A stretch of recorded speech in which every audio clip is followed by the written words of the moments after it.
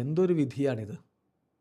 ഇന്നത്തെ Santos versus Mirasol മത്സരം കാണാൻ കാർലോ അഞ്ചലോട്ടി എത്തുന്നുണ്ട്. അതിൻ്റെ കാരണം നെയ്മർ ജൂനിയറുടെ കളി നേരിട്ട് കണ്ട് അദ്ദേഹത്തെ പേഴ്സണലി മീറ്റ് ചെയ്ത് ഫിസിക്കൽ ഫിറ്റ്നസ് എങ്ങനെയുണ്ട് എന്നൊക്കെ മനസ്സിലാക്കി മാർച്ച് മാസത്തിലെ ബ്രസീൽ ടീമിൻ്റെ കോളപ്പിലേക്ക് ഉൾപ്പെടുത്താൻ വേണ്ടിയായിരുന്നു. പ്രിലിമിനറി ലിസ്റ്റിൽ നെയ്മർ ജൂനിയറെ ഉൾപ്പെടുത്തിയിട്ടുമുണ്ട്. പക്ഷേ ഇപ്പോൾ ഇന്നത്തെ മത്സരം നെയ്മർ ജൂനിയർ കളിക്കുന്നില്ല. തീരുമാനമെടുത്തത് സാന്റോസാണ്. അദ്ദേഹത്തിന് മസിൽ ഫാറ്റിക്കിൻ്റെ പ്രശ്നങ്ങളുണ്ടായിരുന്നല്ലോ.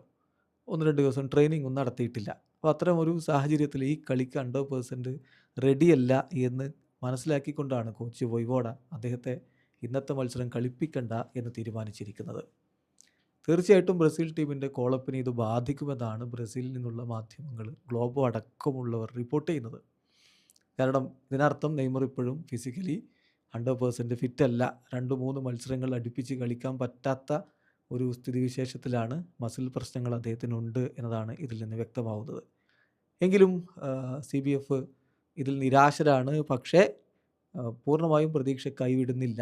അടുത്ത മത്സരം 15-ാം തീയതി സാന്റോസിന് കൊറിന്ത്യൻസിനെതിരെയുണ്ട്. ആ കളിക്ക് ടഫറേലിനെയും അതുപോലെ തന്നെ ആഞ്ചലോട്ടിയുടെ ടെക്നിക്കൽ സ്റ്റാഫിൽ 3 പേരെയും വിടുന്നുണ്ട്. നെയ്മർ ജൂനിയറുടെ കാര്യങ്ങൾ ഒന്നുകൂടി സ്ക്രൂട്ടനൈസ് ചെയ്യാൻ വേണ്ടി അവസാന ശ്രമവും അവർ നടത്തുകയാണ് എന്നർത്ഥം. പക്ഷേ നെയ്മർ ആരാധകർക്ക് ഇത് ആശങ്കയുണ്ടാക്കുന്ന കാര്യം തന്നെയാണ്. ഒരിക്കൽ കൂടി പ്രിലിമിനറി ലിസ്റ്റിലൊക്കെ വന്ന് സ്ക്വാഡിലേക്ക് എത്തുന്നതിൻ്റെ തൊട്ട് മുമ്പ് ഇത്തരത്തിലുള്ളൊരു സെറ്റ് ബാക്ക് ഉണ്ടാകുന്നു. ഇനിയിപ്പോൾ 16-ാം തീയതിയാണ്, മാർച്ച് 16-നാണ് ബ്രസീൽ ടീമിൻ്റെ പ്രഖ്യാപനം. 2 മത്സരങ്ങൾ കളിക്കുന്ന 2 വമ്പന്മാരോടാണ്. ഒന്ന് ഫ്രാൻസിനോടും ഒന്ന് ക്രൊയേഷ്യയോടുമാണ്. ഈ മത്സരങ്ങൾക്കുള്ള സ്ക്വാഡ് പ്രഖ്യാപിക്കുന്നത് 16-ാം തീയതി. സാന്റോസിൻ്റെ അതിനു മുമ്പുള്ള മത്സരം വരുന്നത് മാർച്ച് 15-ന്. ആ ഒറ്റ കളിയിൽ മാത്രമാണ് നെയ്മർ ഇനി ഇറങ്ങുക എന്ന കാര്യം കൂടി നോക്കുക. അപ്പോൾ അത് വെച്ച് അദ്ദേഹത്തിൻ്റെ ഫിസിക്കൽ ഫിറ്റ്നസ് ഓക്കെ ആണെങ്കിൽ മാത്രം ടീമിലെടുക്കാനാണ് ഇപ്പോൾ ആഞ്ചലോട്ടി തീരുമാനിച്ചിരിക്കുന്നത്.